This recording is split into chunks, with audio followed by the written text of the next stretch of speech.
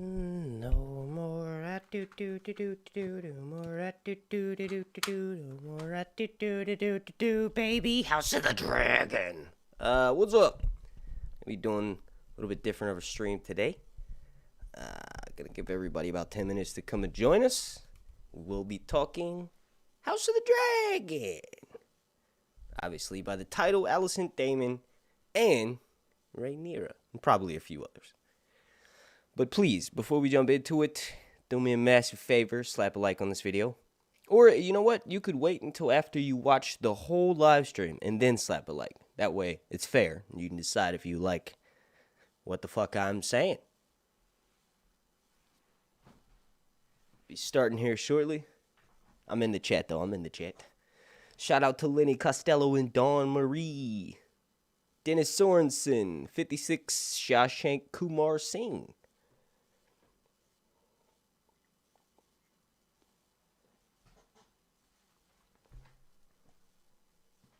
Uncle Dave Zilla, what's up, bro?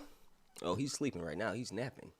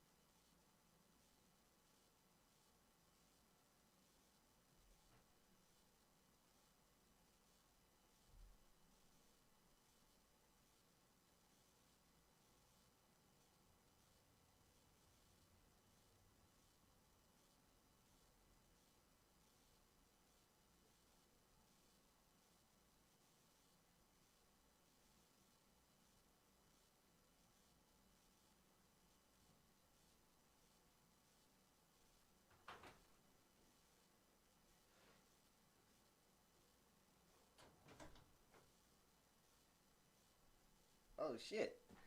Shout out to the House of the Dragon Facebook group that I'm a part of. The admin over there just linked a live stream. I'm going to be doing something a little bit different for this one here. I'll go ahead and show you guys. We'll go ahead and start. Obviously, you're looking at my hand. You're like, what the fuck is going on? I'm going to be painting. I know. Go ahead and click off now if you don't want to watch. But I'm going to be talking about House of the Dragon while I do it. I'm right here. Hello, how are you doing? This is just like, kind of fun. Alright, so let's see. Let's start off with Alicent. First off, I will say, here, let me do this.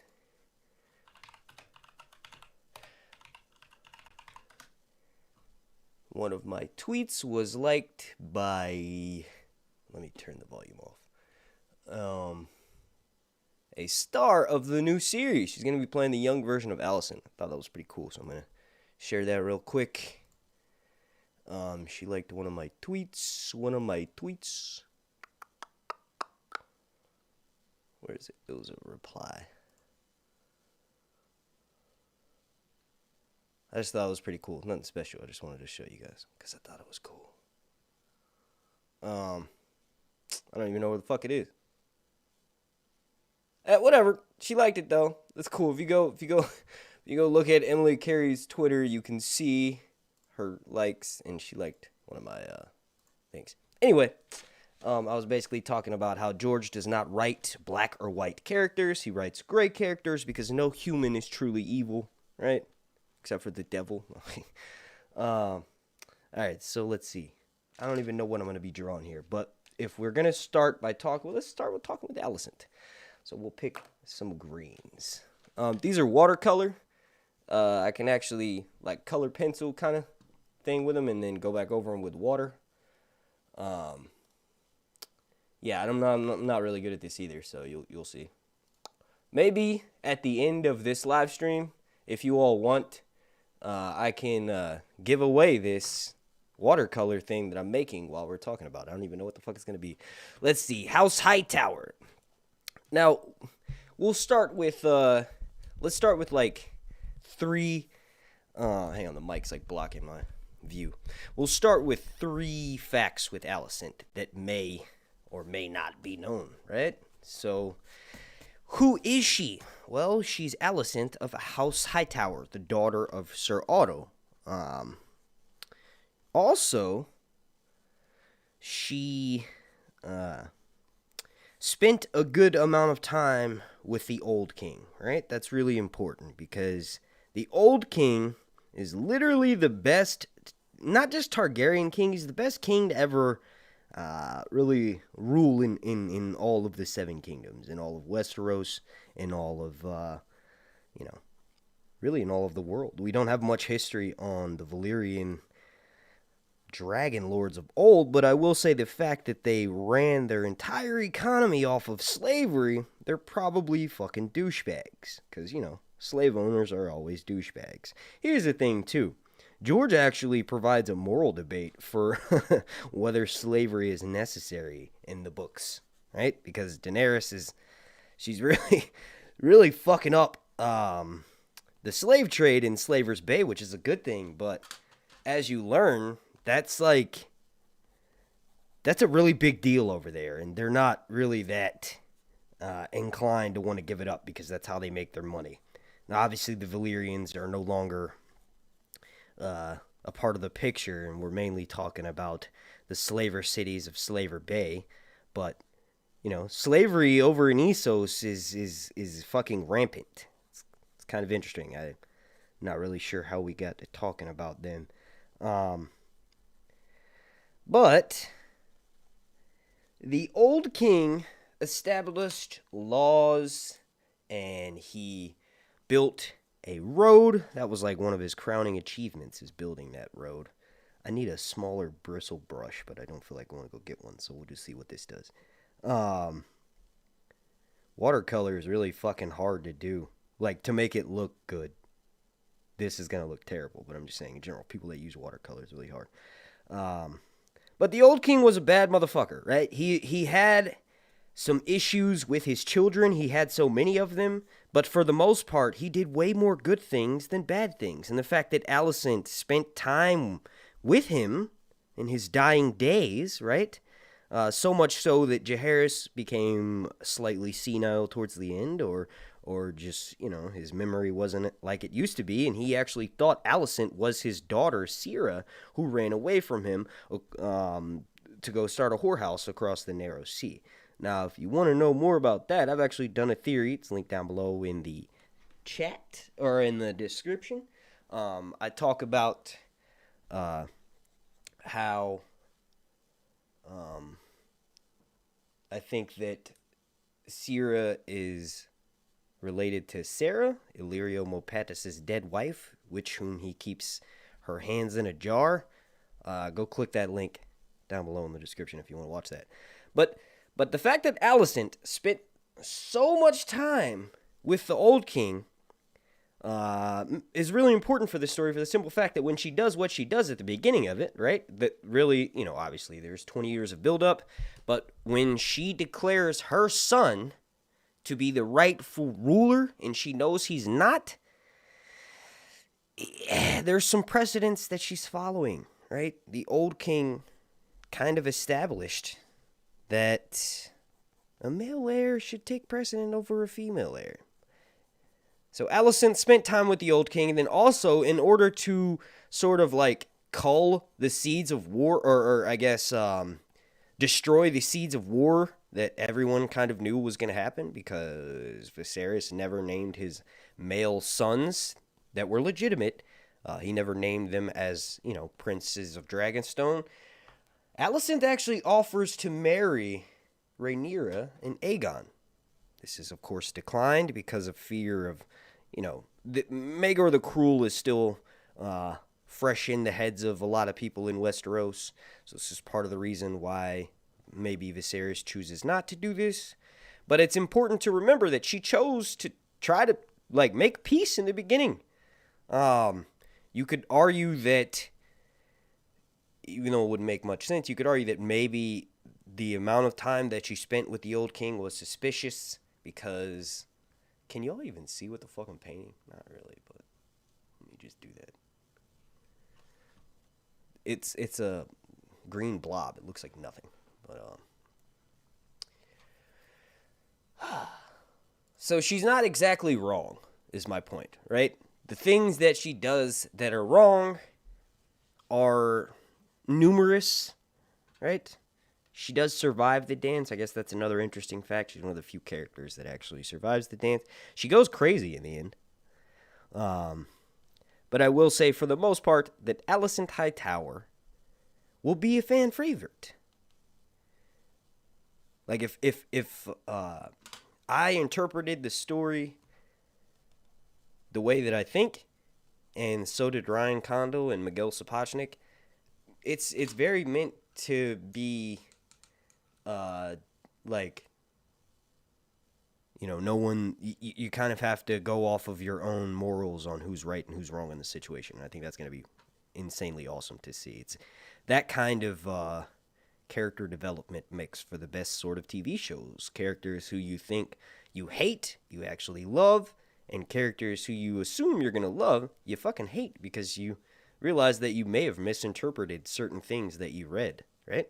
Or maybe the showrunners have decided to go with a different version of events, maybe a hodgepodge of things that are recorded from, different versions of events. There's 3 different versions of events with this story for the most part, but, it'll be interesting to see. So Alicent, main takeaway, she spent time with the Old King. Another thing to know about her is she's kind of promiscuous. She played the Game of Thrones like how men did back then, and because of that, it's a patriarchal society. She's, considered promiscuous or whatever, but she slept with Viserys before they got married. There's rumors of that Alicent would sleep with Viserys when he was still married to Aemma Arryn. There's also, who's Rhaenyra's mother. There's also rumors that she might have been doing that with the Old King. You don't exactly know. She did used to read to him every night. That's kind of like an interesting tidbit. There's also rumors, and this will sort of play into the next person I want to talk about. There's also rumors that, here, let's just do this. This fucking painting thing is weird. It's not really working how I wanted it to. I'm not good enough to show off my painting stuff. I'll probably just completely stop painting. But that was a cool little thing, right? At the beginning of this live stream. It's like making me not focus because I'm thinking what the fuck am I going to paint next? I don't know. Let me put this shit up. There's also rumors that the reason why Daemon is hated by Sir Otto Hightower, Alicent's father, is because he took the maidenhead of Alicent. And if you understand anything about back then, you don't do that. The maidenhead of a High Lord's daughter is very pricey. It can be used to gain alliances through marriage. It's a really it's a valuable thing, right? So the fact that Daemon did this and Alicent is no longer a virgin pisses off Sir Otto, and this could be why Sir Otto initially dislikes Daemon from the beginning. You got to realize that Daemon's not the easiest person to get along with. When you hear shit like he's given a position of power on the small council, and then he gets bored, right? You're like, okay, that's kind of weird. No other characters really like that. Then you also hear that he reforms the Gold Cloaks, so it's like, oh, well, he's kind of an honorable, respectable person. He like gave the Gold Cloaks their name, right? They were like a ragtag group of douches beforehand. He gave them armor, and he gave them their infamous gold cloaks. So you hear two things like that. They're kind of opposing. It's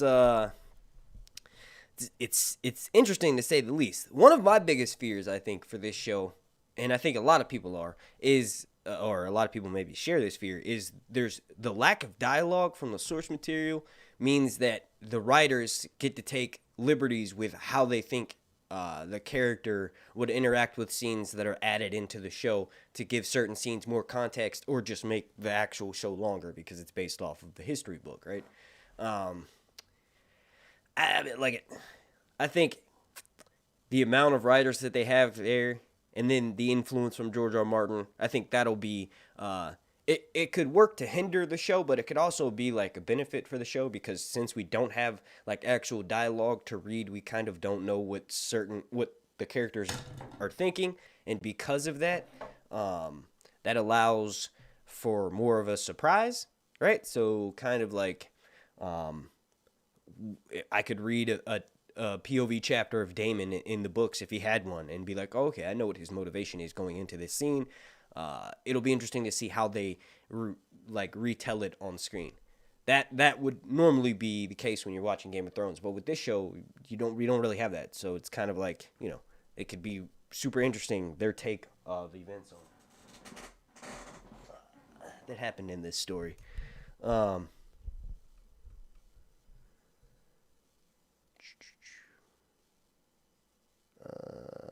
I guess let's talk about Rhaenyra real quick, and then I'll jump into the chat. That's weird.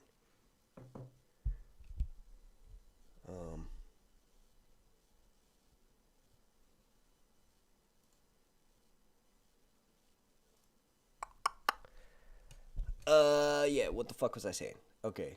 So yeah, it's,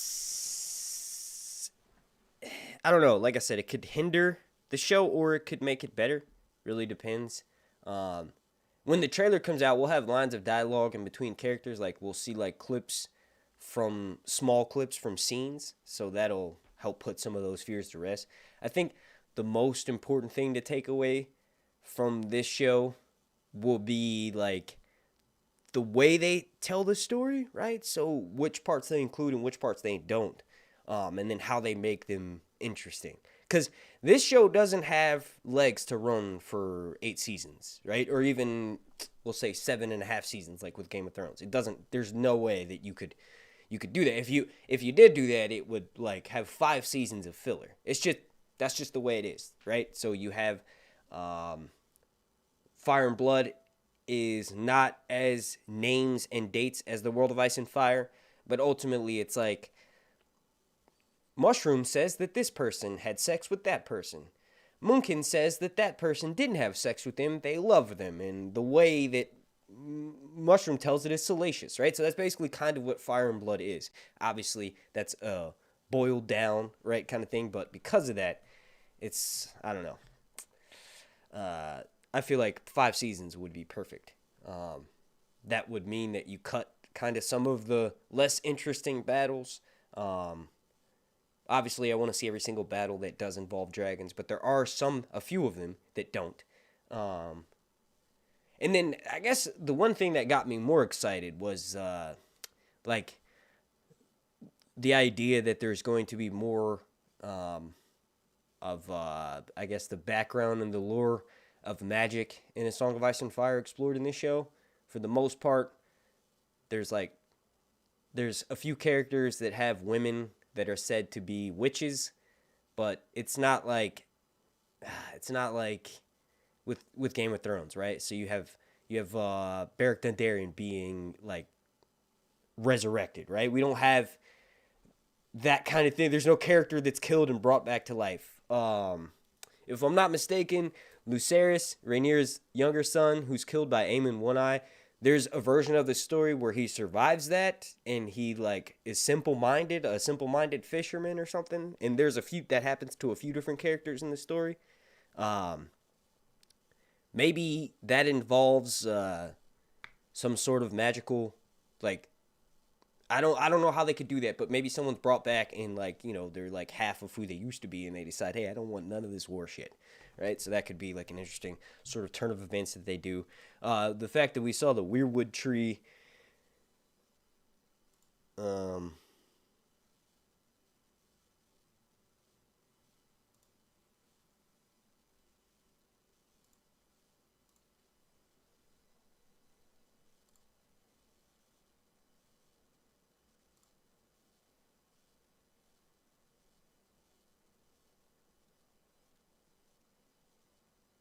you playing the guitar? What?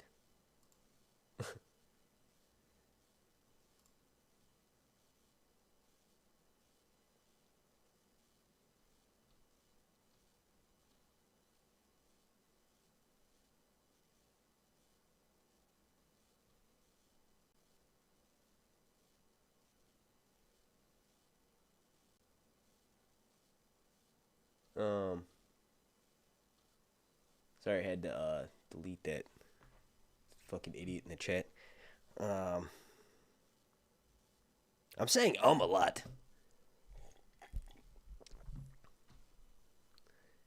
Were there any questions?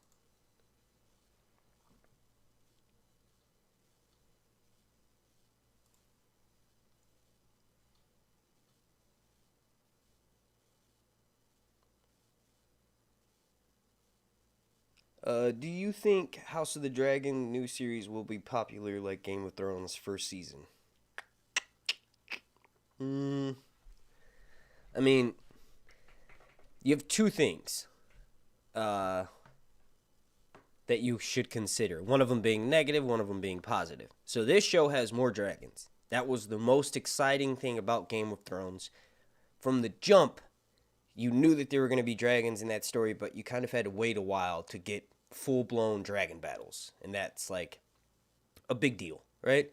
This show starts out with full-grown dragons. There's probably going to be the shit that happens with Daemon down in the Stepstones, where basically he goes and attacks the Triarchy for imposing too many taxes on the ships that would trade in back and forth in between King's Landing and the Seven Kingdoms and stuff. Like, basically Daemon goes and fights a war down there, and it's because he's ultimately sort of exiled by his brother for deflowering Rhaenyra. Apparently he was discovered in her bed. He may not have actually deflowered her. He may have actually taken her to a whorehouse so that she could learn how to pleasure people, so that she could make Kristen Cole fall in love with her. But, I mean, what the fuck was the question? Okay, so do I think it'll be as popular? Oh, the Stepstones. Okay, so, yeah, there'll be battles right away. But then also, which I guess is like a negative thing. Like with Game of Thrones, you kind of have to wait for the build-up, but the build-up makes it so much better because the dialogue and the interactions between the characters, the POVs that we read in the books are what made the show so great for the first season. So that's actually a drawback for this show. We don't have that same amount of material to make these characters as like multidimensional and as we don't have a book counterpart to compare them to, like, you know, with full out arcs and all that stuff. So that's kind of working against this show. And those are the things I think you have to consider the most if you want to say which one's going to be more popular than the other one. Maybe in time, House of the Dragon would probably eventually become more popular than Game of Thrones. It's yet to be seen. Like that's the more I like 100% cement A Song of Ice and Fire into my brain, and the more I'm like, oh, okay, I'll talk about this because I know it enough to not misremember shit.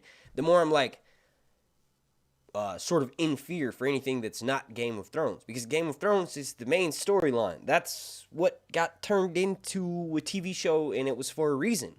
Even though George said that he was done with TV before he even started writing A Song of Ice and Fire, you gotta fucking admit that when you're reading the books, it makes for amazing TV. Because literally very few books are written from that many characters' different perspectives who were that far apart, right? And there's that many time jumps. That kind of just immediately to me means movies and TV, right? So like, because Game of Thrones was that main thing, there's so much to it. House of the Dragon is based off of a history book, part of a history book, a large chunk of it, but it's like, it's not the same as, 6 books or whatever, 5 books, 6 coming, 7 maybe, right? I don't know, we'll see. Do you think they will... I started out very much the black side, but as I reread Fire and Blood over, I'm noticing how gray it all really is. Exactly. Destiny, that's a really good point. It's like, it's easy to, like, when you read it once and you kind of forget about it, and then you just, like, sort of, you have confirmation, well, not, I guess not confirmation bias, but you build up who you think the character is in your head, and then you kind of forget some of the things they did in the books. You start to, like, embody, that your team or whoever you're rooting for. But then when you go back and look at it, you're like, oh, shit, maybe I shouldn't. I forgot. They're kind of both completely wrong in what they do. Like, Rhaenyra becomes kind of like Cersei halfway through the story once she takes King's Landing. She doesn't trust anyone around her. She makes mistakes. She actually is so scared of losing her kids, it makes her lose one of her last sons when he goes and flies her dragon to try to rescue his dragon from the dragon pit, right? So it's like a really terrible thing that happens. And like, Rhaenyra at the beginning of this story, the version she is, the person she is, wouldn't do that. So it's like, I don't know.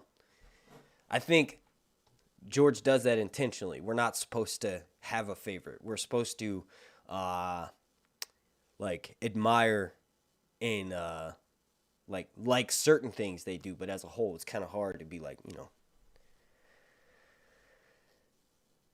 I'm waiting to see who are going to be the new brothel hotties. Well, Miss Arya will be one of them.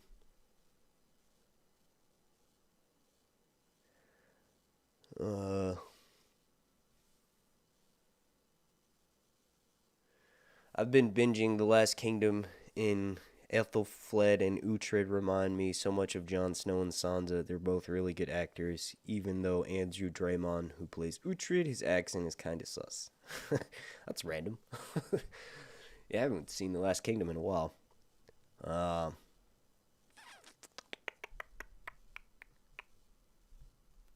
It'll probably have bigger numbers than the first season. Yes. Maybe. Possibly. More people know about House. Actually, you know what? I'm not even going to say that because that may not even be true. The House of the Dragon marketing team is fucking up. Like, what the hell? Give us a picture of a dragon. That's it. You don't even got to give us a trailer. Just give us a picture of a dragon with partially completed CGI. If George saw a rough cut of episode 1, you got to realize that most of the clips that we see from a trailer are from the first episode or the second episode. So if he's seen the rough cut, and that was 3 weeks ago, probably the first episode is fully edited. CGI and everything fucking done. Cut up a trailer from that, or cut up a picture of a fucking dragon. It's not a big deal. I guess they don't care. They don't give a shit. They're like, when we announce it, we know it's going to destroy the internet. We really, really don't give a shit about menial YouTubers and people who go on, social media complaining about the lack of House of the Dragon information. They don't give a fuck. They striked my channel for talking about a fucking saddle. So that should tell you. Which is actually really exciting because you need saddles and you need whips. Like, you need them.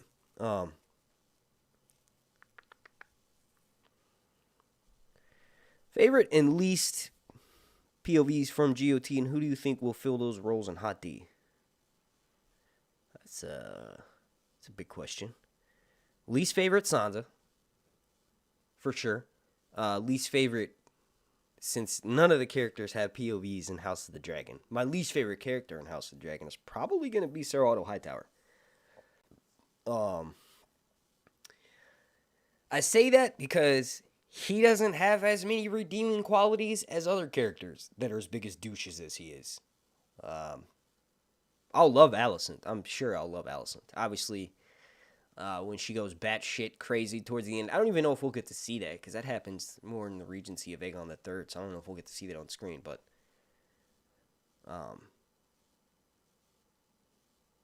yeah, I don't know. Least favorite. I mean, you could say Aegon II, because he'll be a Joffrey in the later seasons. But also, it's like, everybody's twisted. They all do fucked up things. I'll probably hate Aegon the most when he has his dragon Sunfire devour Rhaenyra. That's when I'll hate Aegon the most. Aegon 2.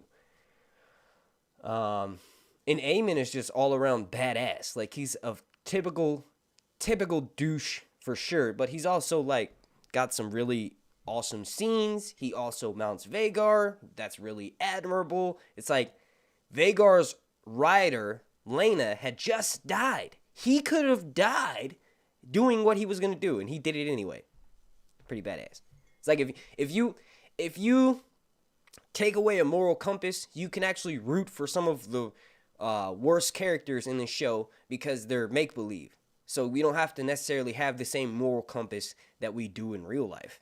Like, what Aemon does, pushing Luke into a pile of dragon shit, and then ultimately killing him later, you could say could kind of be justified because Luke took one of his eyes, but ultimately it's like, he offers Luke to pry out one of his eyes before he kills him. He's like, look, man, give me your fucking eye. Here.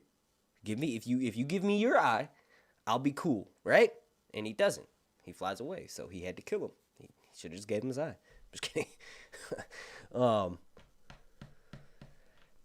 Favorite, least favorite Sansa, least favorite maybe Aegon 2 from Hot D, and then obviously least from Game of Thrones, Sansa. Favorite, Tyrion. I mean, he has the most POV chapters. Because of that, I feel like he's the most complete character. We know the most about him.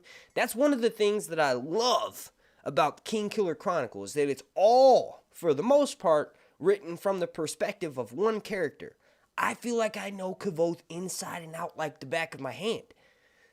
George's characters, because the book switches around a lot, it's like whoever he writes the most of and gives the most information in their chapters, that's who you're naturally going to like the most. Like, people were talking shit about Victarion, but Victarion's chapters in A Dance with Dragon are fucking awesome. The things that happen motivate or drive the plot forward like a motherfucker. He, like, loses a bunch of his ships, then he gains but he's like, as he goes across the fucking Slaver's Bay on his way to go and sort of marry Daenerys, he has, like, the best arc, because, like, he's sort of just set on this journey by his brother, and he's like, fuck, all of Euron's gifts are poison. Then he ends up, like, I don't know, it's hard to explain, but, like, you get to root for him because he does awesome things. Like, okay, so his hand is infected, right? He ends up picking up Mokoro, who's this priest that's on a ship that we learn about Mokoro's character from Tyrion's POV chapters, because Tyrion goes into, okay, god damn it, let me start from the beginning. Okay, Tyrion kills his dad, goes across the Narrow Sea, chills with Illyrio. Illyrio gives him to Phaegon. Phaegon is, Tyrion doesn't know that it's Phaegon, like, Rhaegar's son, who was supposedly killed, but his face was, like, unrecognizable, right? He doesn't know this. He eventually figures it out. Then, obviously, Tyrion ends up, they go and meet with someone, and then Tyrion is walking with, I think it's the Half-Maester, and he's like, look, I need a whore. I need to go fuck something. So he goes into this whorehouse, and then he sees this silver-haired whore sitting on this dude's lap, and it's Jorah Mormont. Jorah takes him as a slave. Tyrion then is traveling with Jorah to go to Daenerys. The whole time he's like, my sister will pay you a pretty penny, but you can't, you're like, I don't know, I can't do Roy Dotrice's accent. Basically, Tyrion is then with Jorah, and while he's with Jorah, traveling on a ship, he sees motherfucking Mokoro. Then, bam, a ship happens. Mokoro is thrown from the ship or whatever. You don't know what the fuck happens to him. Tyrion and Jorah are obviously picked up by slavers. Jorah fights the slavers, and it's noted that he's beat terribly, like he just gets the shit beat out of him. And Tyrion continues on his journey as a slave. He like with Penny, blah blah blah. The main point of this is that you end up finding out what happens to Mokoro in Victarion's chapters. He picks this fucking onyx-skinned black man out of the ocean, and he heals his hand. Right? So Euron gave Victarion this maester, who's basically this giant pussy, and Victarion thinks because Euron's gifts are all poison, he thinks that this maester might be poisoning his hand. He's like, it was a little cut. It doesn't make sense. It should have healed. And then Mokoro's like, let me take a look at that. And then they go into the room, and like Mokoro's healing his hand all throughout the night. He says crazy shit. He does crazy shit. The fire dances. Awesome. He ends up healing Victarion's hand, and he's got this smoking, like fatback crackling pork rib thing. And in the hand, you'd think is just a burned crispy hand, but it's actually stronger than it was before. Mokoro could lift someone off the fucking ground, right, by his neck. So I don't even know what the hell or how the hell I got talking about this, but yeah. Oh yeah, POVs. Oh. Victarion Tyrion. Rhaenyra Daemon for the show. Yeah. Reflective Rambling, what's up, girl? Hell yeah, good to see you, good to see you. George R. R. Martin recognizes that people and characters are gray and evolving / wavering between good and bad at different times in our lives. Exactly. You're a product of your environment.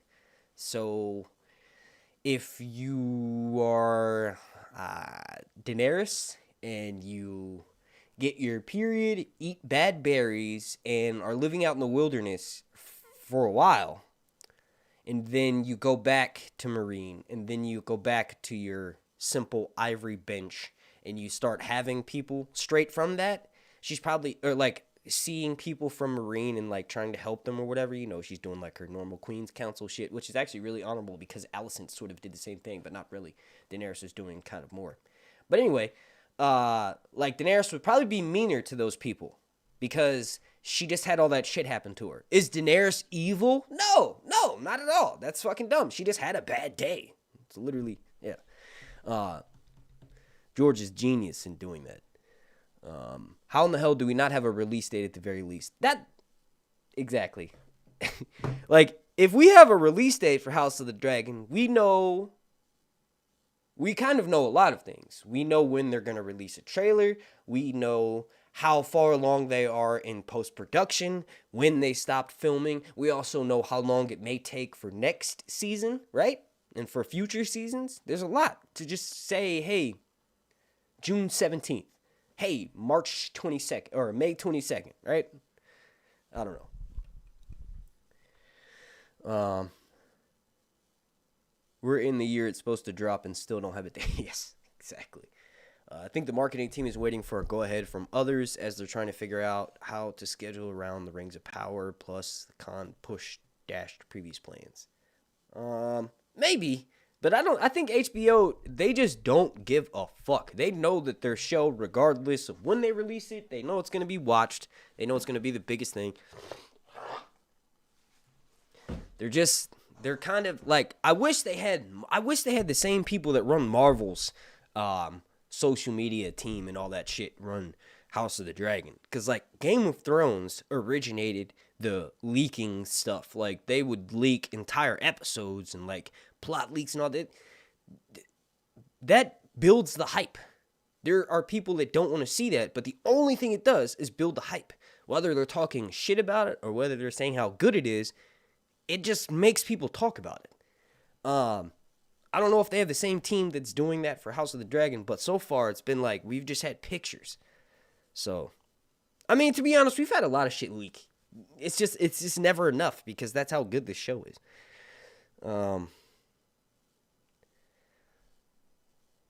When do I think the official trailer's coming? 2 weeks. It'll be here within 2 weeks. I can't tell you how I know that or why I know that. You'll just have to watch my videos to find out.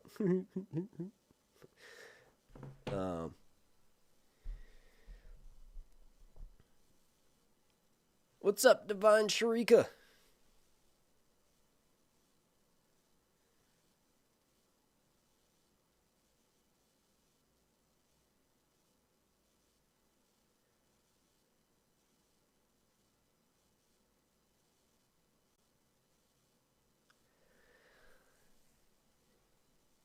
Is it possible that Tyrion could still end up being a Targaryen? No. I mean, I guess anybody could be a secret Targaryen. Everybody technically is, because the Targaryens used to fuck all of them. So you could find some Targaryen blood back. But I don't get secret.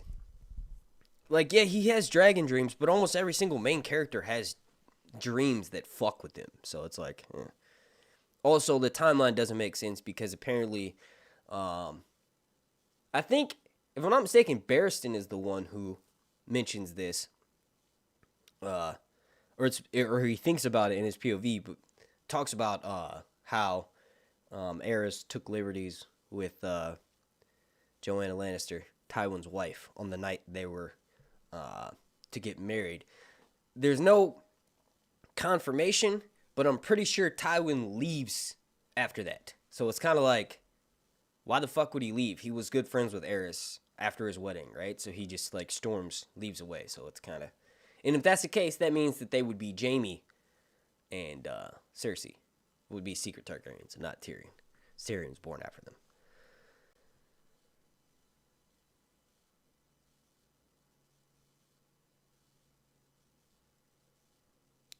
What? My Hitler comment was in reference to the host saying that you can like elements of characters even if they do terrible things. Hitler was a good painter.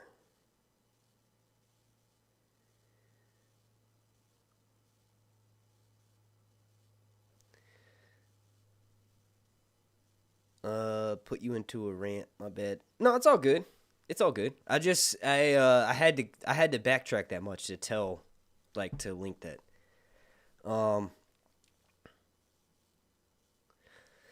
I doubt they will keep the show going after the dance is over, but I really would like to see the events that took place in the aftermath. Cregan Stark was dope. Yes, maybe they could. So this is what I was thinking. Corlys survives the dance, right? There's supposed to be a Sea Snake spin-off series, right? We've got more information on the Duncan Egg one. The Duncan Egg one has Ryder, the 10,000 ships, the Nymeria prequels moving forward. With Corlys the Sea Snake, you could actually finish telling the story with that series, right? So we get to see Corlys's 9 voyages, like doubling House Valerion's wealth with fancy shit, right? So we could see a couple of those voyages. They could line it up kind of like with the Walking Dead shows kind of did, like with Fear the Walking Dead, where you have characters that are playing a role on both shows. You could kind of have it like Corlys has on the Sea Snake show, you have time jumps. So after House of the Dragon ends, we could maybe see like a time jump, and then we find out what happens to the rest of those characters. Maybe find out what happens during the Hour of the Wolf and the Regency of Aegon III. It's possible to do it if they could, like that.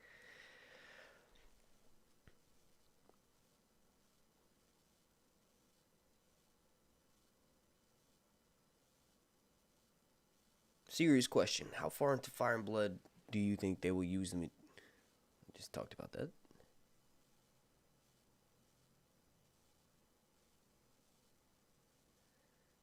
Your neighbor is a dragon seed?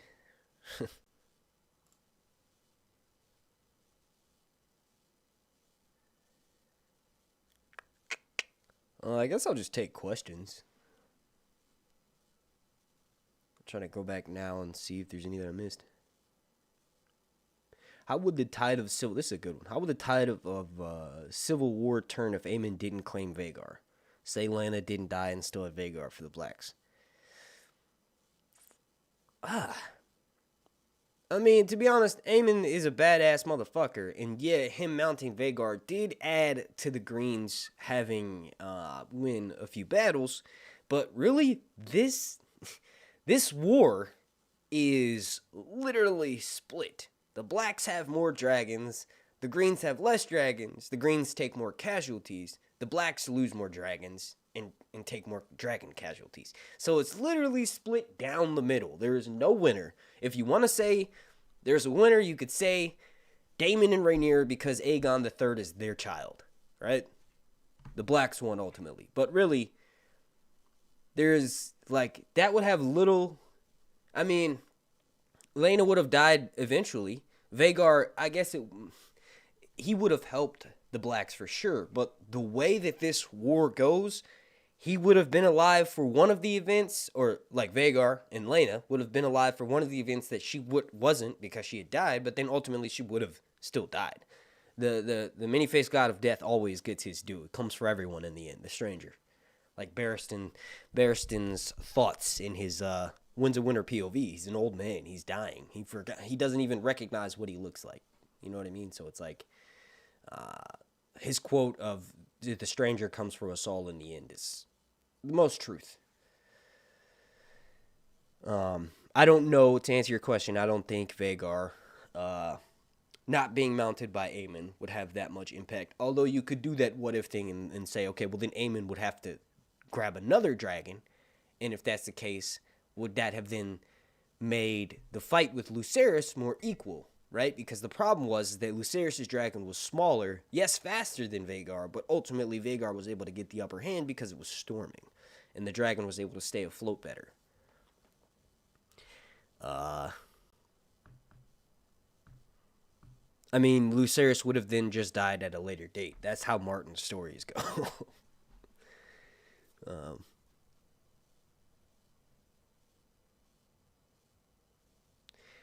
Lord Hunts, which event, this is from Divine Sharika, she said, which event in House of the Dragon do you think is going to rival the Game of Thrones Red Wedding? That's a good one. Maybe the betrayal of Ulf the White and Hugh the Hammer? No. Blood and Cheese? What would be the equivalent of Roose pulling, or Catelyn pulling up Roose's sleeve and noticing that he's got chainmail on from the blood and cheese scene? I don't think there's not. It's hard to do that. It's gonna be like,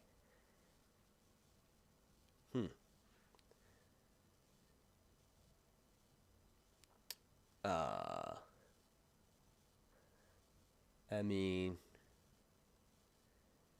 that specific level of betrayal that's hard to come by. That's so hard to come by. And not just A Song of Ice and Fire, and really any fantasy book.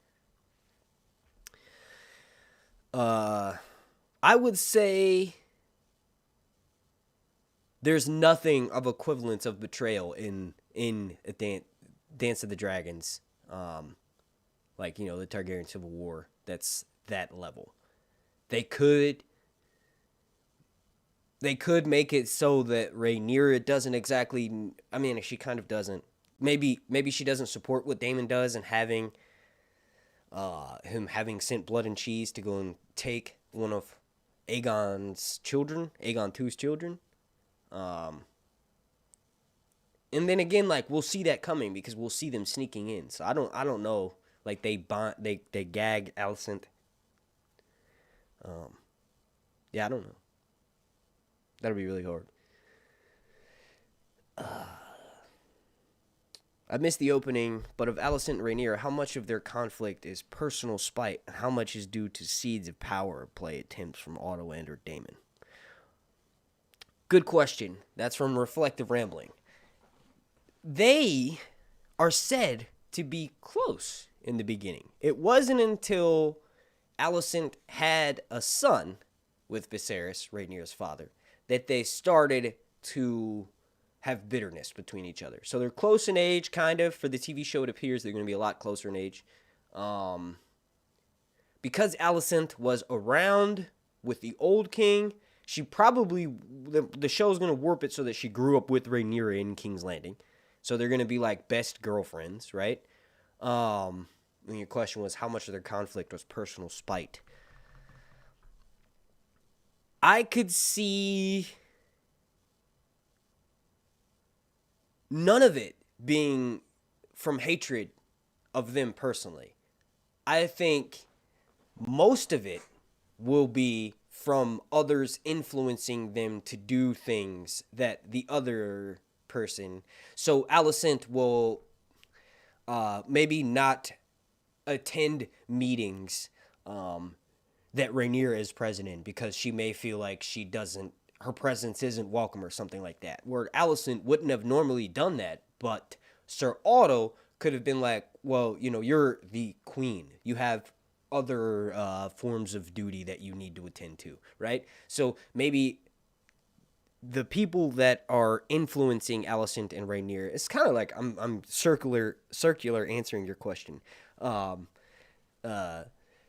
Literally, I don't know who would influence Rhaenyra to hate Alicent. It's kind of just like she's next in line for the Iron Throne. Daemon would be the one person to say, you don't need to play pretend with your stepmother. You're the queen. You're the actual queen. She's just your daddy's second wife kind of thing. Even though Alicent very much is the queen and rules the Seven Kingdoms, right? Technically, Rhaenyra is next in line for the Iron Throne. So Daemon will likely play Rhaenyra against Alicent, and Sir Otto will do the same thing because Sir Otto will realize that Rhaenyra's existence means that any grandchildren, any grandsires that he has will be that much further down the line for the Iron Throne.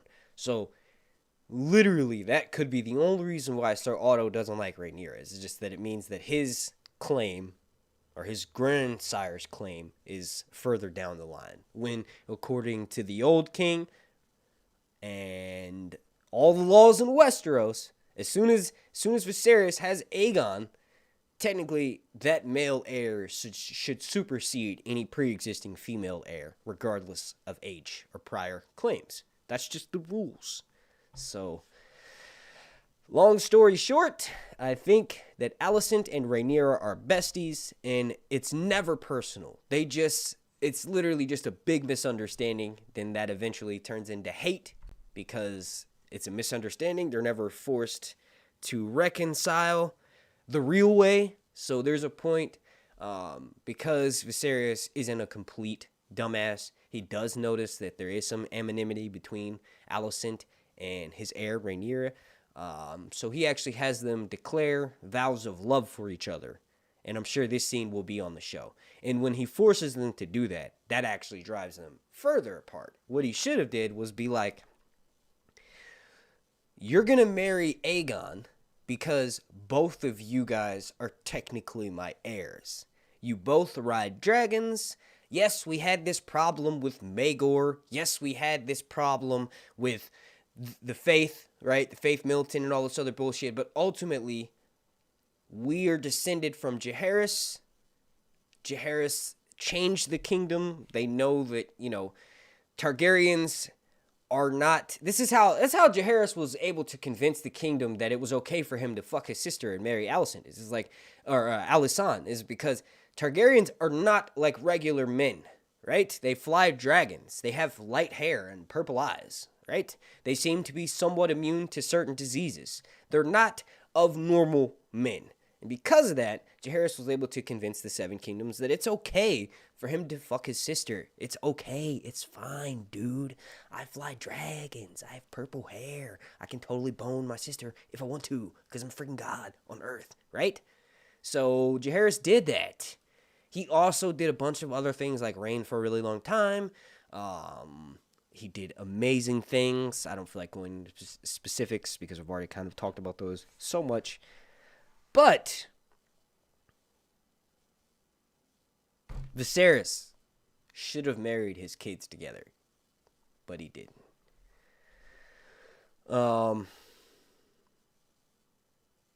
You should do a dragon egg painting and give it to me. Actually, a dragon egg would have been really easy. Well, not really easy. What the fuck am I talking about? But that would have been something that I could have painted.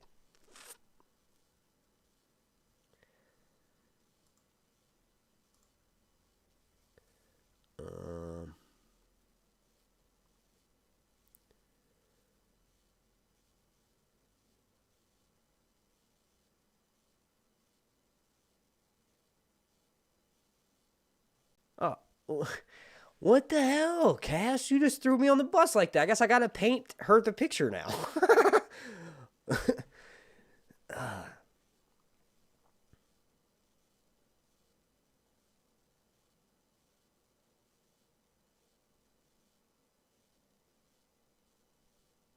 Julio Moreno, y'all excited to finally see Storm's in and Boros Baratheon? Yeah, sure. He's a douche. Boros, not Julio, obviously. Boros is a douche. Storm's in, super excited to see because that's like one of the best sounding castles in all of Westeros. I'd be more excited to see Rhaegar Baratheon, right? Because he is the one who rules during Jaehaerys' regency, and he's kind of like my favorite Baratheon. I don't know. I guess I don't know. I am excited to see Storm's in for sure. John Rod, what's up, buddy? Long time.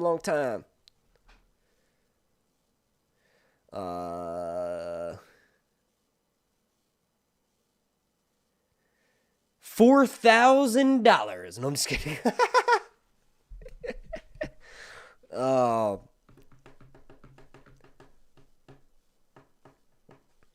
Hello, Heather. Valardohairis. With so many people having read the books or becoming fans and scanning the internet, it's going to be hard to pull something like that unless they totally go off script. Exactly. Reflective Rambling put it perfectly. It's insanely hard to do something like the Red Wedding again. I will say the fact that we saw the Weirwood tree in a location that doesn't necessarily make sense, although it could, right? There is going to be some increased magical things that happen on this show, and because of that, there's always the possibility of some off-screen, hang on, I just want to pop out the chat, of some off-screen like thing that's happening that they kind of build up over maybe a season or two, and then we find out that, oh shit, this character is secretly this, right? So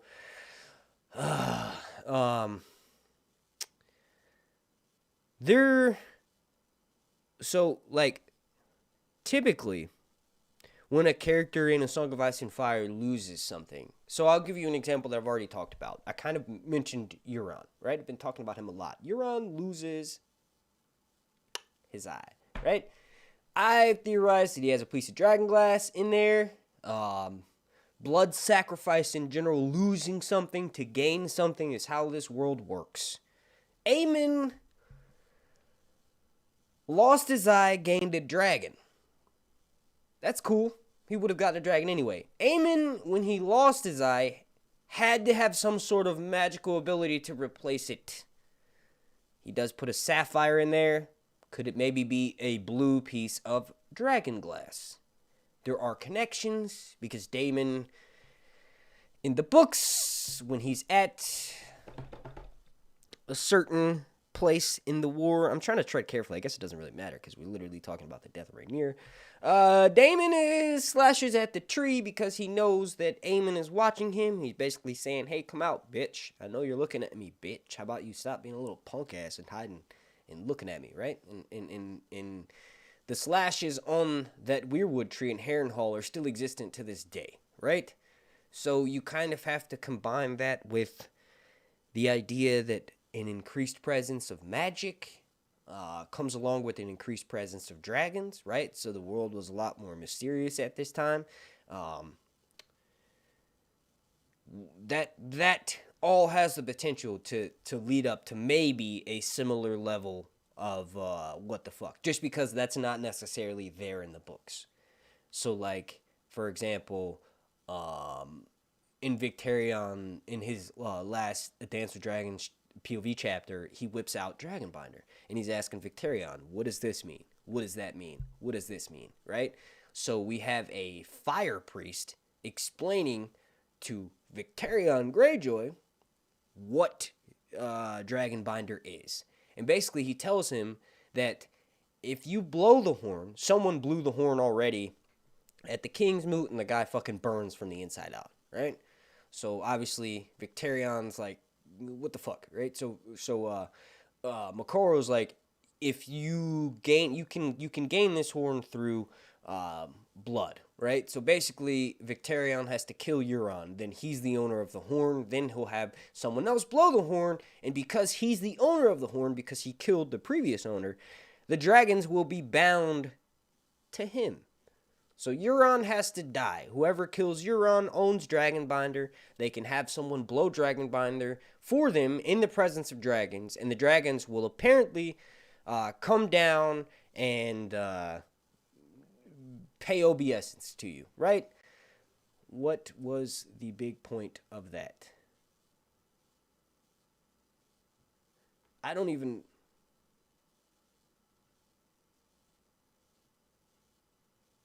What was the point of that? What was the question I was answering?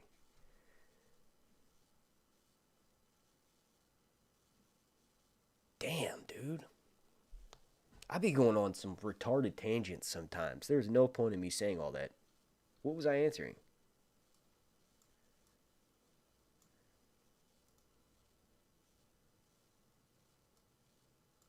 I forgot. Help me out here, chat.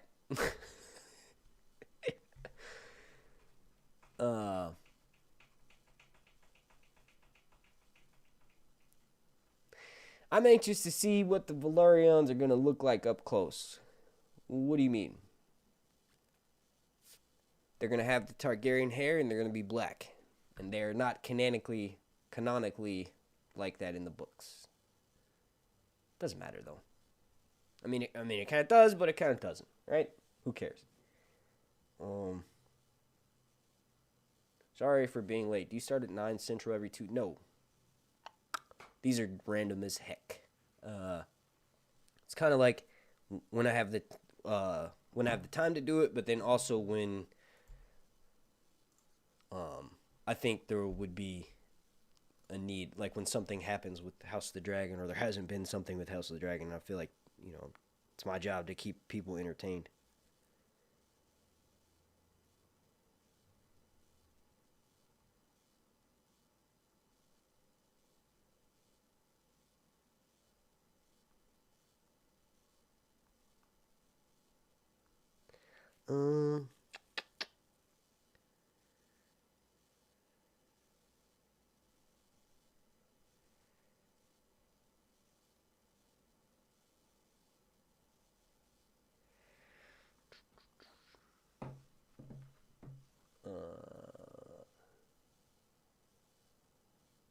Yes. Thank you. I feel like Hot D will get a backlash from regular viewers concerning the ending of Alicent. Many people will hate her, yet she survived the dance, or maybe the writers will kill her beforehand. No, her ending is perfect. That's perfect. That's what happens. That's the real thing. That's how real life is. The people who run away and hide are the ones who survive. The meek shall inherit the earth. That's how real life is. So Alicent, having done terrible things, deserving to die but then surviving, that's the real world. So I think that's perfect. Do you think we'll see Mushroom in Hot D? We haven't gotten any leaks of his casting. We haven't gotten any leaks of a lot of characters. Like, we haven't seen Viserys in costume, and that's because they're filming indoors.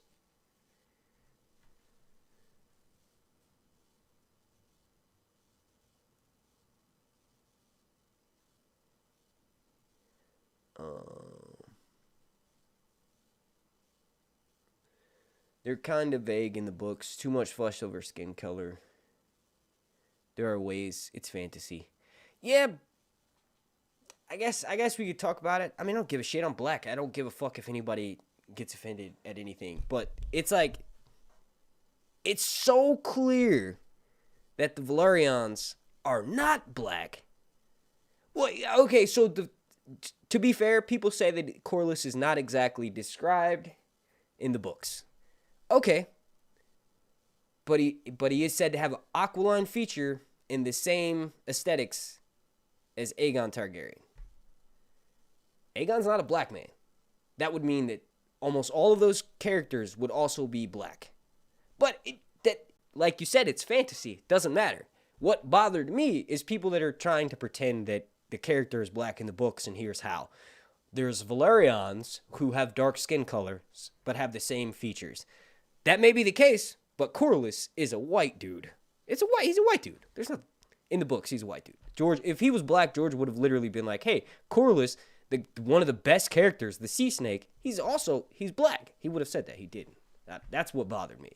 And then people try to say you're racist for saying shit like that. That's not the case. Have you heard my rant about my mushroom theory / hope? To Julio, I know what you're talking about. I know what your thoughts are. I thought that it would be foolish to not include mushroom. I think they have to. It's part of it. Imagine Cersei surviving the game. Here's the thing, though.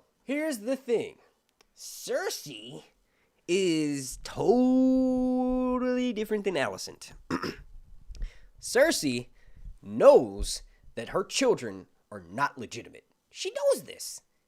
She sleeps with a bunch of people. Whatever. Dude, everybody did that. That's not the problem. The problem is how dishonest she is in pushing. She wants power. She wants power. She wants her house to rule. She wants to be the lion of Casterly Rock. She wants everybody to pay obeisance to her. She wants them all to bow down. Cersei is batshit insane. She doesn't trust anyone. The people that she does trust, that she has no reason to distrust, she doesn't like them because of certain things they say to her, the way they say. Cersei is crazy.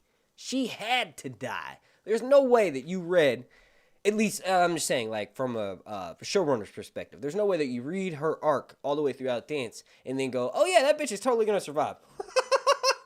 No. Like, she's like, so Daenerys literally has enemies on all sides, or I'm sorry, Daenerys, like, okay, so I guess they both do. Daenerys literally has enemies on all sides. Technically not right now. She's like with Khalasar and Drogon, right? So not technically, but in Meereen, she has enemies on all sides. Cersei literally was just, she's asking to be murdered.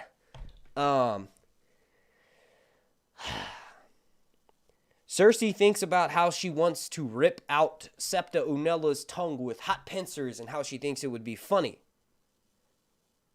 Alicent wants her son, who technically, according to literally all the laws of Westeros, wants her son to be next in line for the Iron Throne, and technically he should be. Now, it's a moral standpoint. It's a battle of like, well, the king said his daughter is the next in line. That's what the fuck it is. This king said that his heir is this. But also you got to realize that kings don't necessarily get to name their heirs. Right? That's not... I mean, I guess you're the king. You can do whatever you want. But there's pre-existing laws and tradition. And those take precedence for the most part in Westeros. I don't know. It'll be interesting. Cersei did a good job of acting crazy. Hell yeah, Lena Headey fucking murdered it. I actually think it would have been awesome for Cersei to survive and actually have been pretty much left alone. She thrives on attention power. So she'll have like a similar ending to Alicent. Like she'll be like by herself, forced to... I guess, but... I don't know if Bran... Excuse me. I don't know if Bran would have... You know, I don't know. I don't know if that would have, like with Bran being king, if Cersei surviving and then being forced to live in a black cell would like, I don't know. Their arcs, Jaime and Cersei's arcs are tied to each other in the books. Cersei says she would know if Jaime dies. Technically, we don't know if Jaime's dead yet. Right? kind of. We don't. He doesn't really want anything to do with Cersei. I feel like I'm talking more about Game of Thrones and House of the Dragon.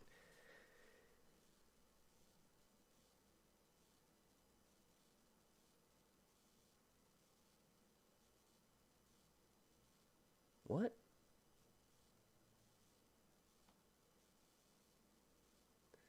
I'm not even going to read that comment.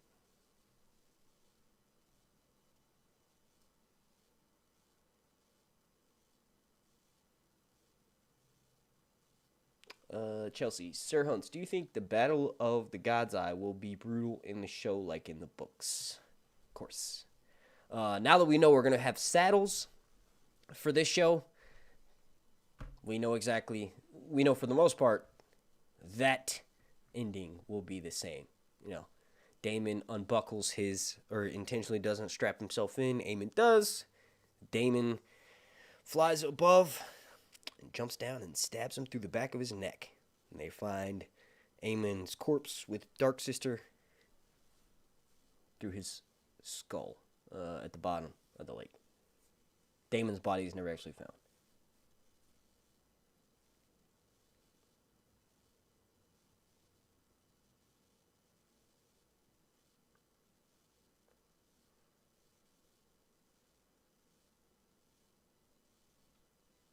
Why is it not letting me scroll up on this? That's so weird. Facts. Rhaegar is my favorite character in Fire and Blood. Hell yeah. I thought 100% that Jaehaerys is going to be like, bro, I'm going to fuck you up. Because, there's that showdown that they have. Maegor's Holdfast, right, on the bridge, right? Who the fuck is that guy that Jaehaerys has with him that's like this big motherfucker? He's known as the Shadow. He's basically like a similar thing with Daenerys and Strong Belwas. Belwas is this big fat motherfucker who's the scene, if I'm not mistaken, what is it? Game of Thrones season 5 where Dany's still over there taking the cities and shit. Strong Belwas isn't a character on the show, but the duel between Dario and the champion of that city, Strong Belwas kills him, beheads him, then takes a shit on him.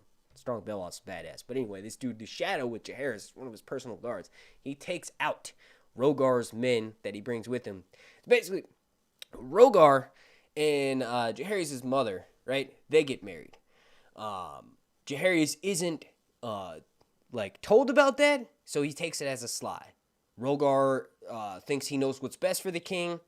Then he's like, yo, you know what? I want to put Arya. Arya should be the next in line for the Iron Throne because Jaehaerys is trying to marry his sister. We remember what Maegor did. Let's prevent that from happening by removing him out of the way. Maybe he could become a maester, right? So the whole time you're reading that in Fire and Blood, you're thinking yo, Jaehaerys is going to have to fuck this dude Rhaegar up.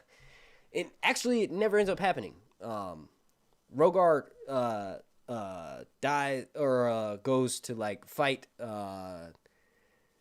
his own battles back in the Stormlands, but I don't know. It feels like it's gonna be built up, and you're like, I cannot wait for Jaehaerys to roast this motherfucker. But then it never ends up happening, and then you learn the moral of this story is sometimes what you want would actually be the worst thing, because Rhaegar, like I said, in the end, it ends up being one of my favorite Baratheon.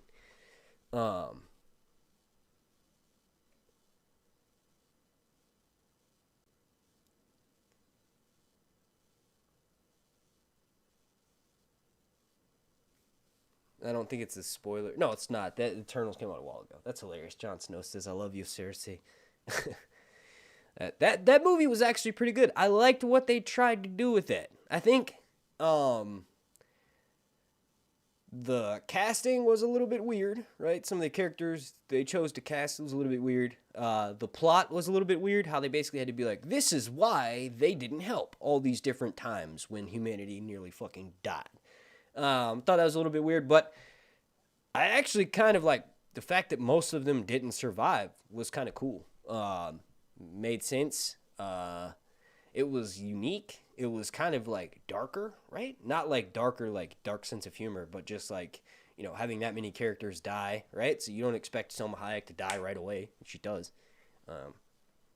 Spoiler. That's a spoiler.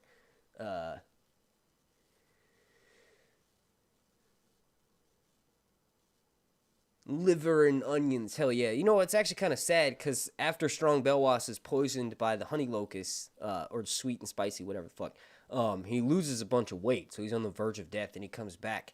And Barristan notices that he's lost a bunch of weight. And Strong Belwas is like, I need to get my weight back up. Give me liver and onions. And then Barristan just continues on with the meeting like, oh, it's good to see you, Belwas. So anyway, this is what we're... He's just notoriously associated with liver and onions. Storm's End is my favorite castle. Do you think they will make it right in this show? And generally, the other... That's so hard. Honestly, I want them to get the dragon CGI right. Like, yes, it's important that we see Storm's End. Yes, it's important that most of the keeps look like how they're described in the books. But also, they're fantasy castles. And some of those castles, there's no real-life counterpart. So it's completely constructed from the ground up. And that's why Casterly Rock looked the way it did. And that's why King's Landing looked the way it did in Game of Thrones Season 8, right? It's like, I want them to make them as book accurate as possible, but I also more so want them to spend more time on the dragons. The dragons are the most important part. They have to look just as good, but more so better than they did in Game of Thrones. These dragons are bigger. They've got more colors. For the most part, they'll have somewhat more personality because Daenerys' dragons really don't have any personality at all. Drogon kind of does, but it's their rider that gives the dragon the personality, so the rider will mimic the moods of the dragon rider. That's where the personality comes from. That's what I hope they get right. And in order to do that, you have to make sure the CGI looks good, so it's not like, distracting. But I do hope for obviously as close as they can get the keeps to look as possible.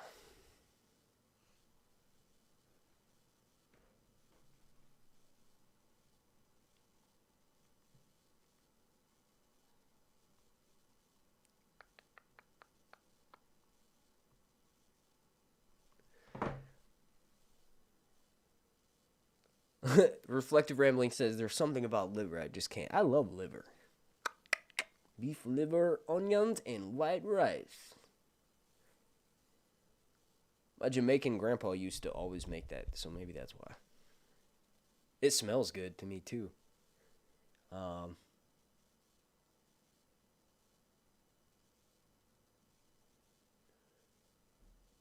Off subject, but The Witcher show is good. Yes, the second season is a lot better than the first. I have never read the Witcher books, so I don't really give a shit about how they're not book accurate.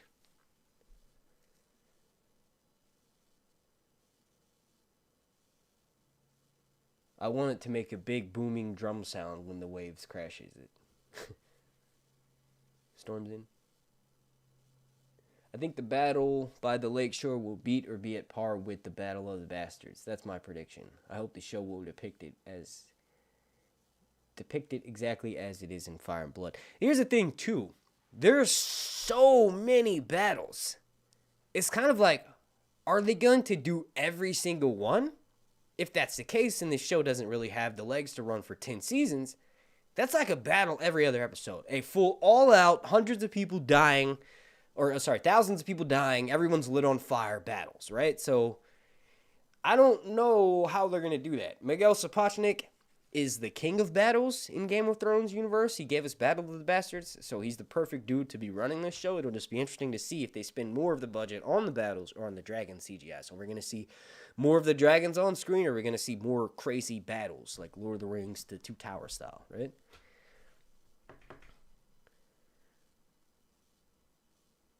I want to see, that's what I'm most excited about. Reflective Rambling, good call on that. That's Dragonstone. Dragonstone looks fucking amazing in the books. It's got these massive spire towers, these ornate dragon carvings, and yeah, it was kind of cool to see it on the show, but that's not exactly what I had envisioned. To give you a good example, this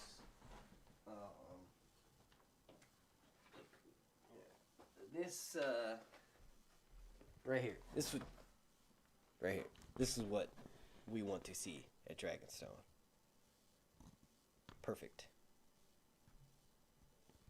I think that looks a badass.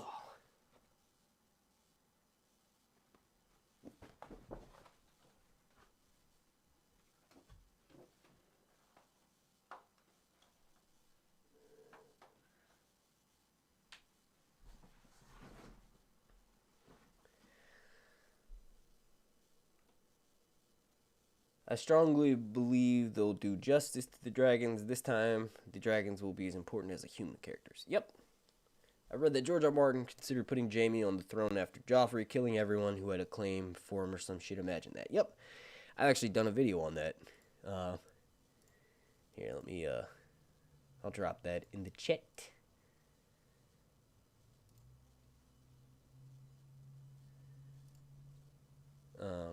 Of course, this video somehow has limited ads. I've not said anything offensive. I've said very few curse words. Just now realized that. Sorry. Let me find that video real quick.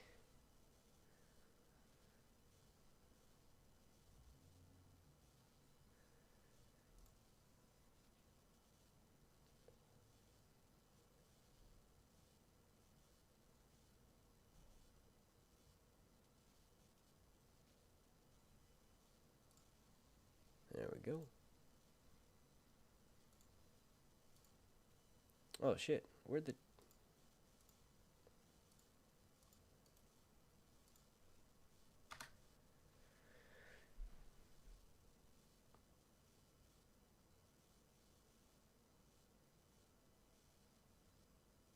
Yeah, I think it'll be, as far as, like, the dragons, like, more knowledge about them, I think it'll be foolish to not explore more mythology, if not necessarily, just how the Targaryens control the dragons, but also the origins, right? So there's a Maester's theory, although some of them don't, most of them discredited, but there's a Maester's theory that the Valyrians combined wyvern stock with fireworm stock, and that's how they made dragons. But then there's people that said that dragons existed before the Valyrian freehold. So how could the Valyrians be the one to create the dragons if the dragons existed before the Valyrians were even a thing? There are places in Westeros that show you that dragons had to be used in certain things. Like the Citadel, like there's certain things. The fused black stone you can't make without dragons. When you look at the Valyrian Road or the Dragon Road that Tyrion travels on, you realize that that's like a massive achievement that Valyria created, like using dragons, right? So there's certain things that only dragons can do, and those things, monuments, structures, roads, or whatever, have existed since not the Dragon Road, but other things in Westeros and all over the world have existed before the rise of Valyria. So it's kind of like doesn't really make sense if you take that into consideration. But that's one of the things I hope this show explores. We need more Valyrian commands, right? So in the books, when the character is speaking in Valyrian, you just hear it as the common tongue, and they'll like George will be like with a thick accent or whatever, right? So then you'll know, okay, they said that in High Valyrian. So the TV show kind of took liberties with creating like more words for the language itself. That's something that they'll have to do, and I think touching on different commands that the Targaryens will use in Valyrian to control their dragons also leads to characters having dialogue that gives background and precedence to certain things in the books, like how the Targaryens tamed the dragon, or how the Valyrians initially tamed the dragons, or how the dragons were created, or how do they bond with them. Because in the books, it's pretty clear Daenerys kind of has to be fearless, and she has to like whip Drogon into shape. And the fact that she can barely hold on to him means that there will be a saddle, and we know that saddles have been used in Targaryen history. So dragons are controlled by being Valyrian, having the blood of the dragon, and then also being its master by literally saddling it, breaking it in like you would a horse, and then also whipping it. Like how with a horse you would use your spurs to give the horse commands or whatever. The dragons literally have to be tamed that way. It's also mentioned that no dragon rider has ever ridden two different dragons at once. Like Aegon did not get on Vhagar or Rhaenys' dragon. He didn't do that, right? They didn't get on his. I don't know if that's going to play into this show because Aegon It's mentioned, when Aegon 2 is wounded, and he's healing, and then Sunfire's healing. It's mentioned like, hey, why don't you go mount another dragon? And he's like, I can't fucking do that. My legs are broken. I can't go mount another one. But Daenerys mentions in her Dance with Dragons chapter that no dragon rider has ever ridden two dragons. Like, a dragon itself can be ridden by multiple riders, but the rider is bonded to that dragon for life. So the dragon will not have another rider until that rider dies, and the rider will never ride another dragon after they ride the one they choose. We need a Valyrian dictionary. Sure. I have bought a calendar in years. I used to get the one where every day had different quotes from the books with an image. I heard...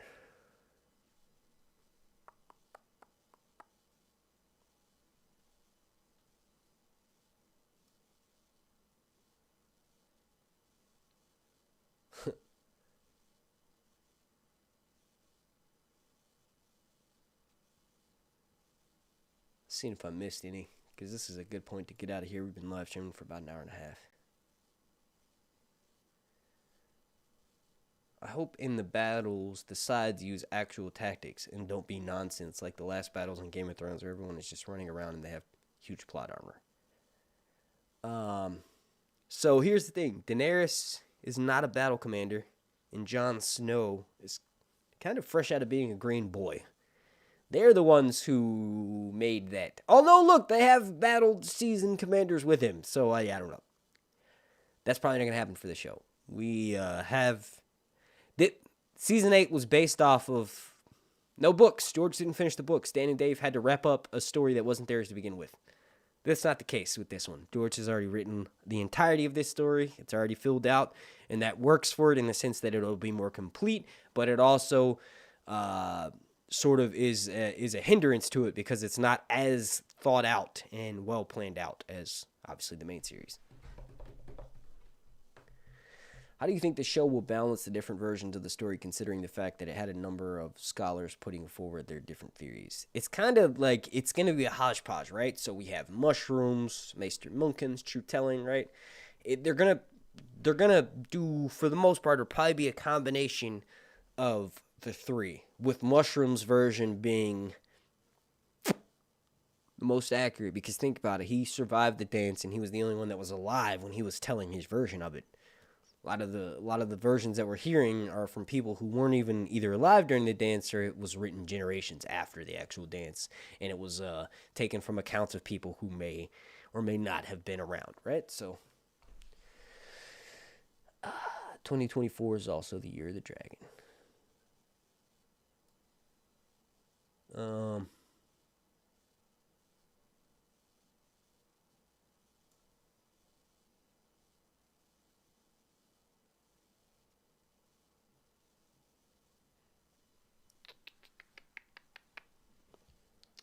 I don't think the Super Bowl thing is going to be a thing. The only thing that Game of Thrones ever released in the Super Bowl was like a Bud Light commercial.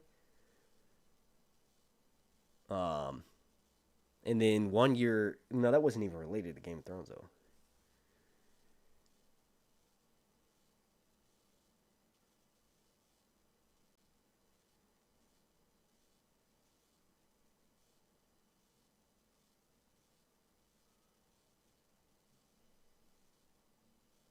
I can't wait to see what they do with the Dragon Pit. Hell yes. That is probably my favorite Targaryen structure ever made. The main reason being is because it just shows you how something that initially was going to be like this great thing and showing you a semblance of Targaryen power by having their dragons so close to them at King's Landing, right? So when the king's ruling, he needs his dragon by.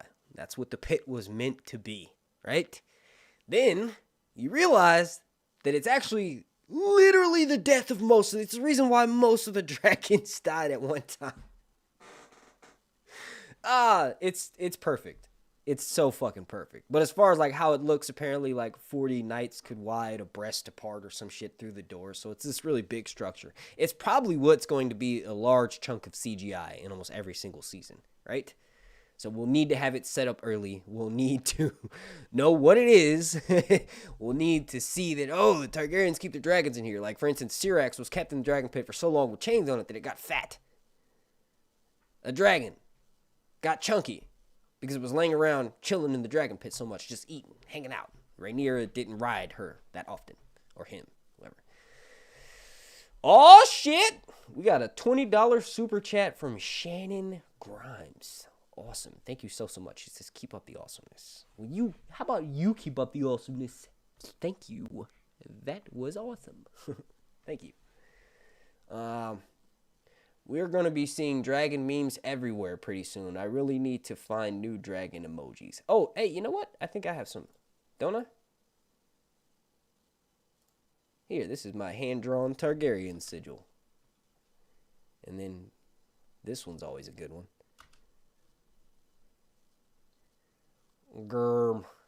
Germ, arm. Shout out to Shannon Grimes. Reflective Ram Cassie says, gotta step away if I can't get back before you'll head out. Have an amazing day. All right, you have a good one too. Thank you for hanging out and posing some good questions to keep my brain functioning. Divine Sharika says, do you have any idea when the post-production begun? Maybe we can use that as a guess for the trailer. So the post-production actually starts right away. As soon as they have some footage that is being finalized, they probably start pushing it into post-production immediately. George has already seen a rough cut of the first episode. A few weeks later, that rough cut has probably turned into a final draft with the finishing touches being put on. So episode 1 is probably complete. Excuse me.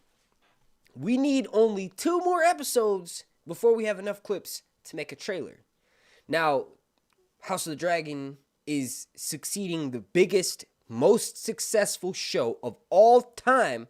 So they better not be dummies and only have one team working on one episode at a time. They better be working on all the episodes at once. They better have 1,000 people, right?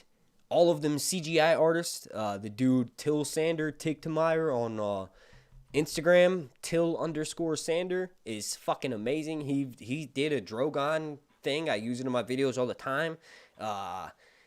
If he can do that by himself, just imagine if you had 100s of him working on several episodes at once. All I'm saying is the trailer is usually only clips from the first couple of episodes. We've already got the first episode finished. I don't even know what question I was answering. Oh yeah, post-production for the trailer release, right? So we should have it. The trailer's probably already done. The guy lost his login information and can't figure it out.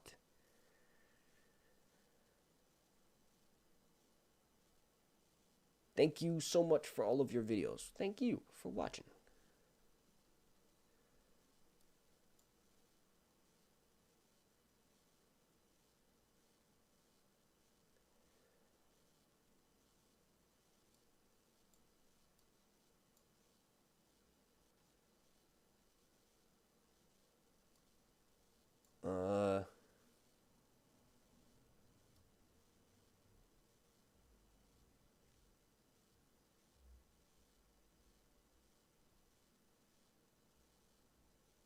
Where was that one that I was just about to reply to? What the hell?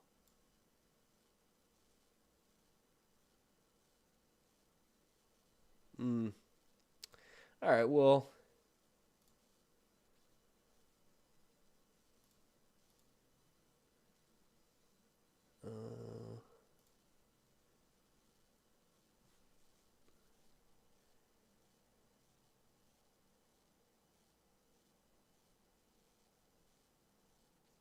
Where was the fucking question that I was just about to answer?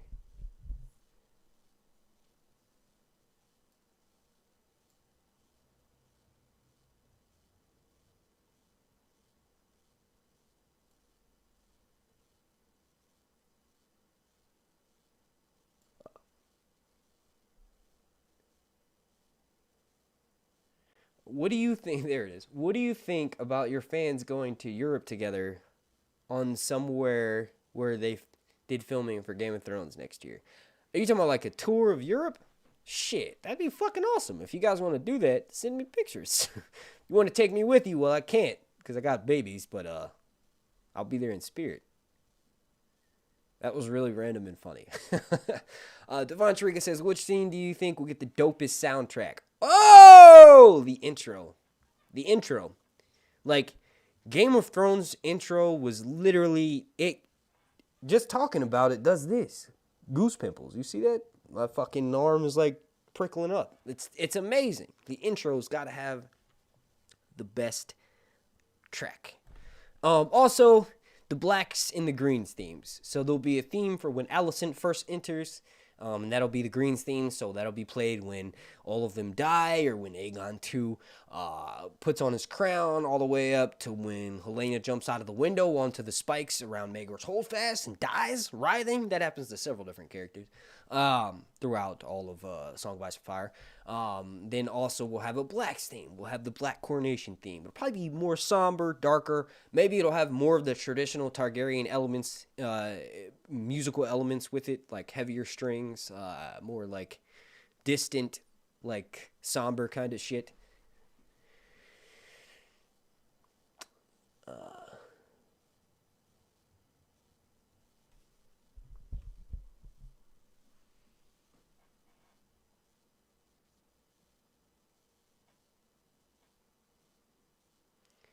Do you know that Rhaenyra actor is John McMillan? Yeah. That's old news, my dude. We saw he was one of the first pictures that came out when they were doing the first image where they showed all the people reading, spaced out, reading the scripts, the script read.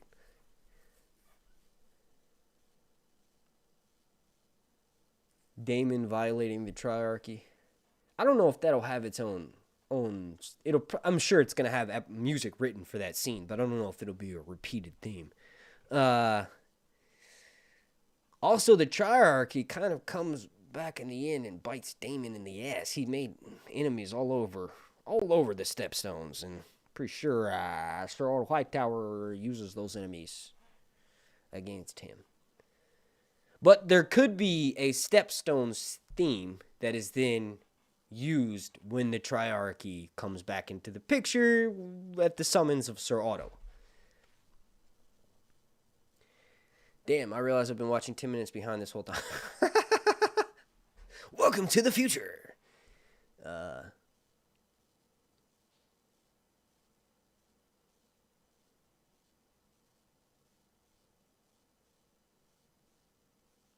My theme will be the best. Yes, Sir Criston Cole, the virgin boy, his theme will be best. The guy who got freaked out because Rhaenyra wanted to do a little freaky shit with him, and then he switched sides. Yes, you, Criston Cole, will have the best theme. Oh, you beat Daemon at the tourney with the Morning Star. You helped turn Aemon into a warrior because he lost his eye. But that's about it. You didn't fuck Rhaenyra. That's all she wanted you to do. You were supposed to be her, protector. You backstabbing bastard. I'm just kidding. Nah, he'll have a cool theme, though. Oh, wait. Intro soundtrack stops my 3-year-old in his tracks every time. We love the intro music. So excited to see what Hot D does for theirs. Hell yeah. And it's the same dude, too. Ramin Djawadi. Are you up for going to Europe? Are you offering people trips to Europe?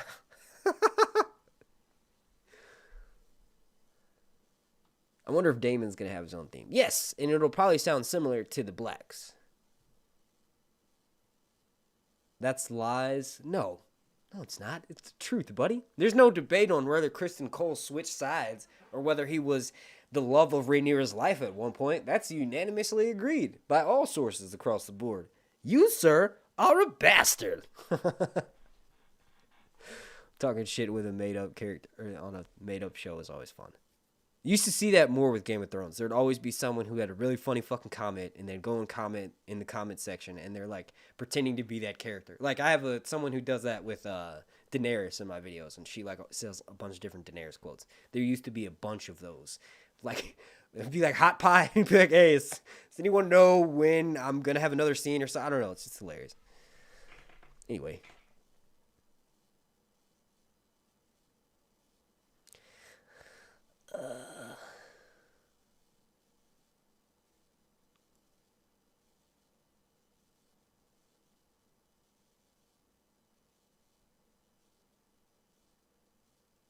Daemon Targaryen says we need mushroom in the show. Hell yes, we do.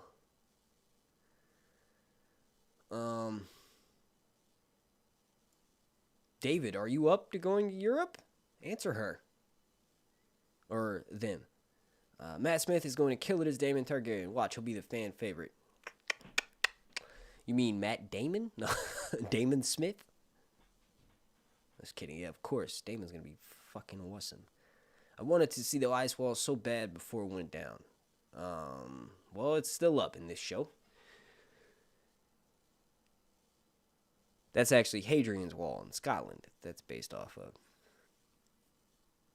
Alright, well, this is a good point to get out of here. I want to thank you all so much for watching. If you could, please do me a massive favor and slap a like on this video. The like goal is going to be 42.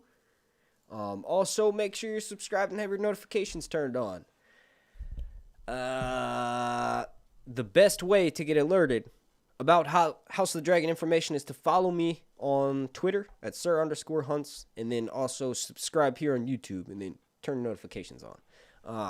For the most part, you'll get an alert every single time I drop a video throughout the wait for House of the Dragon Season 1, or any of Song of Ice and Fire content, or anything I'm a fan of.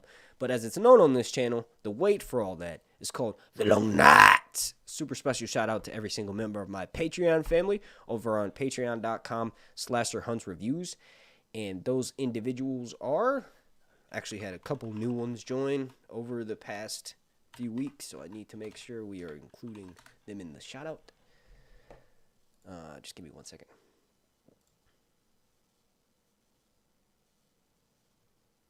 Oh yeah, I forgot to do this too. Saldrizas pozdare Ixos Daor.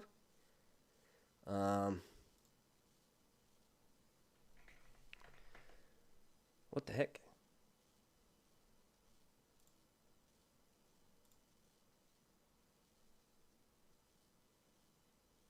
Okay, so yeah, shout out to Stevie Cap, Pebbles83, Bradley Kempton, Ray de los Santos, Matt Vance, Reflective Rambling, Nancy Loera, Bloody Tyrant, Rick Lacey, Angie Delahanty, Rogaine Ablar, Nancy Toxstein, Marilyn Miller, and Joe Swag.